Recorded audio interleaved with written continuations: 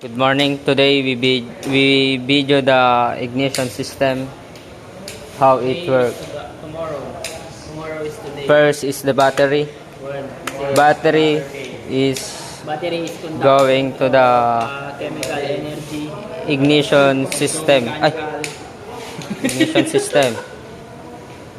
And first is we have the Tinatakaw ko, binabalik wire ko sa of gilid.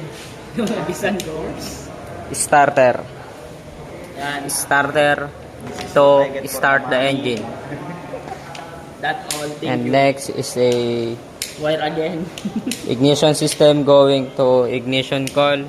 Ignition coil is Yes. the 12 volts 12 convert volts into 30 to to 50,000. 20,000 volts going to distributor, and distributor is going to ignite the spark plugs from the cylinder, That's all. Thank you.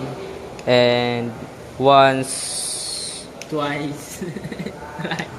once rotate the one cycle of 4 stroke, we have a exhaust and intake.